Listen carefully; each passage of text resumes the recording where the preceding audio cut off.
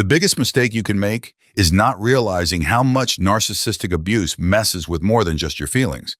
It's like this invisible force that sneaks into your home and leaves its mark everywhere, not just in your head and heart. Here are 7 hidden impacts of narcissistic abuse on your living space that you may not even realize. Watch until the end, because the last one is relatable to all of us. Let's begin with the first one: clutter and disorganization. Ever noticed how your living space reflects your state of mind? Well, with narcissistic abuse, it's more than just clutter. It's a hidden impact you might not even realize. When you're constantly bombarded with chaos and overwhelm, it's tough to keep your home neat and organized. Imagine trying to tidy up while your emotions are in turmoil. It's like trying to catch raindrops in a storm. The clutter in your home might be a manifestation of the clutter in your mind. It's not just about misplaced belongings. It's about the weight of emotional turmoil weighing you down. And amidst all this chaos, maintaining tidiness and order becomes a Herculean task. You might find yourself constantly battling against the tide of clutter, only to feel like you're drowning in it. But here's the thing: your living space isn't just a reflection of your struggles. It's also a canvas for your healing. By taking control of your environment, you can take control of your recovery. So the next time you feel overwhelmed by the mess in your home, remember, it's not just clutter. It's a silent reminder of the battles you fought and the strength you have yet to discover. Now let's talk about this next one: neglect of maintenance. Have you ever noticed how some homes seem to fall into disrepair over time? Well, in cases of narcissistic abuse, neglecting maintenance tasks is more than just a sign of laziness. It's a hidden impact that goes unnoticed. When you're constantly under the strain of abuse, even the simplest tasks can feel overwhelming. Imagine trying to fix a leaky faucet or clean out the gutters when you're already mentally exhausted. It's like trying to run a marathon with a broken leg. As a result, routine maintenance tasks like repairs, cleaning, and upkeep often get pushed to the wayside. Instead of addressing issues promptly, they're left to fester and worsen over time. And before you know it, your home starts to show signs of neglect. From peeling paint to clogged drains, the overall condition of the house begins to decline. But here's the thing: neglecting maintenance isn't just about the physical state of your home. It's also a reflection of your mental state. By addressing these neglected tasks, you're not just improving your living environment. You're also taking a step towards healing and reclaiming control over your life. So the next time you find yourself avoiding that growing pile of repairs, remember, it's not just about fixing your home. It's about restoring your sense of agency and empowerment in the face of adversity. How about number 3? Can you relate to this? Sparse or unwelcoming decor. Have you ever walked into a home and felt like something was missing? Well, in cases of narcissistic abuse, the absence of warmth and personal touches in the decor is more than just a design choice. It's a hidden impact that speaks volumes. When you're living in an environment dominated by control and manipulation, expressing yourself through decor can feel like an impossible task. Imagine wanting to hang up photos or artwork that bring you joy but feeling like you're not allowed. It's like trying to breathe in a room with no air. As a result, your living space may end up looking sparse and unwelcoming, lacking the personal touches that make a house feel like a home. Instead of reflecting your personality and interests, it becomes a blank canvas for someone else's desires. But here's the thing: decor isn't just about aesthetics. It's also about creating a space that nurtures your well-being. By reclaiming control over your decor choices, you're not just adding color and texture to your home. You're also reclaiming your sense of identity and autonomy. So the next time you walk into a space that feels cold and impersonal, remember, it's not just about the decor. It's about the hidden struggles of the person who lives there and the courage it takes to reclaim their space. Number 4, and this is common: safety hazards. Have you ever thought about the safety of your home? Well, in cases of narcissistic abuse, safety hazards are more than just a potential risk. They're a hidden danger that often goes unnoticed. When narcissistic abusers prioritize their own needs and desires above everything else, safety concerns in the home often take a back seat. Imagine living in a space where faulty wiring or tripping hazards are ignored. It's like playing a game of chance with your well-being. As a result, your living environment may be riddled with unsafe conditions that put your health and safety at risk.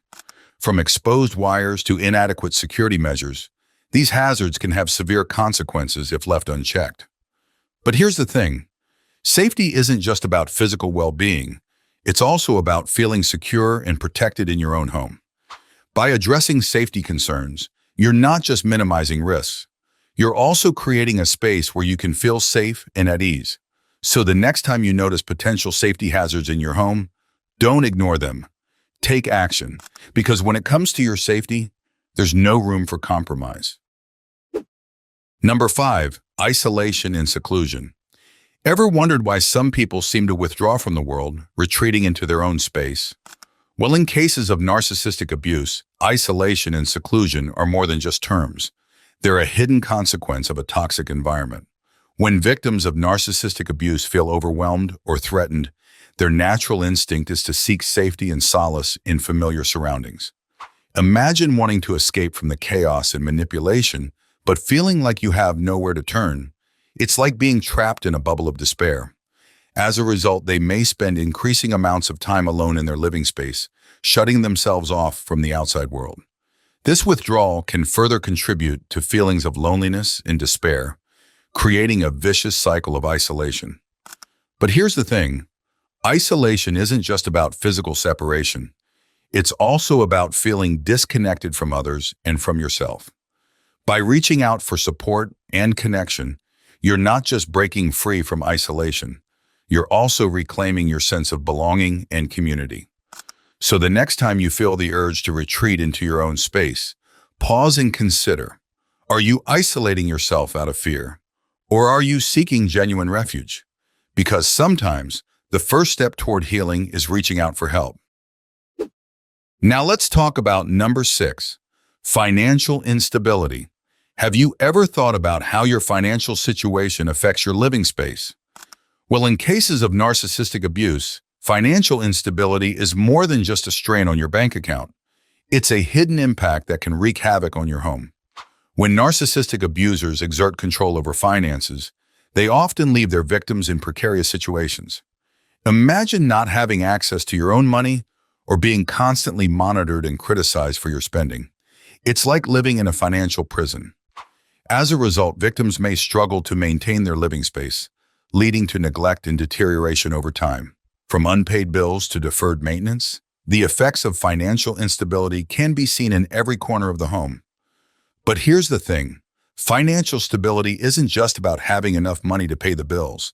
It's also about having the freedom to create a safe and comfortable living environment. By taking control of your finances, you're not just securing your future, you're also reclaiming your autonomy and independence. So the next time you feel overwhelmed by financial stress, remember, it's not just about the numbers, it's about the impact on your home and your well-being. And by taking steps to improve your financial situation, you're taking a crucial step towards reclaiming control over your life. This last one is tough for everyone and is relatable for everyone. Comment down below if you can relate to this last one. I will read all your comments. Psychological triggers. Have you ever felt like your own home isn't a safe place? Well, for victims of narcissistic abuse, their living space can become a source of psychological triggers that intensify their pain. Certain rooms or objects in the house may hold painful memories or reminders of past trauma. Imagine walking into a room and being flooded with memories of abuse. It's like being trapped in a nightmare with no way out. As a result, victims may find it challenging to feel safe and at ease in their own homes. Every corner seems to whisper painful reminders of the past, making it impossible to escape the trauma. But here's the thing. Your living space should be a sanctuary, not a prison. By creating a safe and nurturing environment, you can reclaim control over your home and your life. So the next time you find yourself overwhelmed by painful memories, remember, you have the power to transform your living space into a place of healing and refuge. And by taking steps to create a safe environment, you're taking a crucial step towards reclaiming your sense of peace and well-being. Remember, narcissistic abuse permeates every aspect of a victim's life, including their living space. By understanding the hidden impacts of narcissistic abuse on the home environment, we can better support victims in their journey toward healing and recovery. Recognizing these signs allows us to provide the necessary resources and assistance to help victims reclaim their space and rebuild their lives free from the influence of abuse.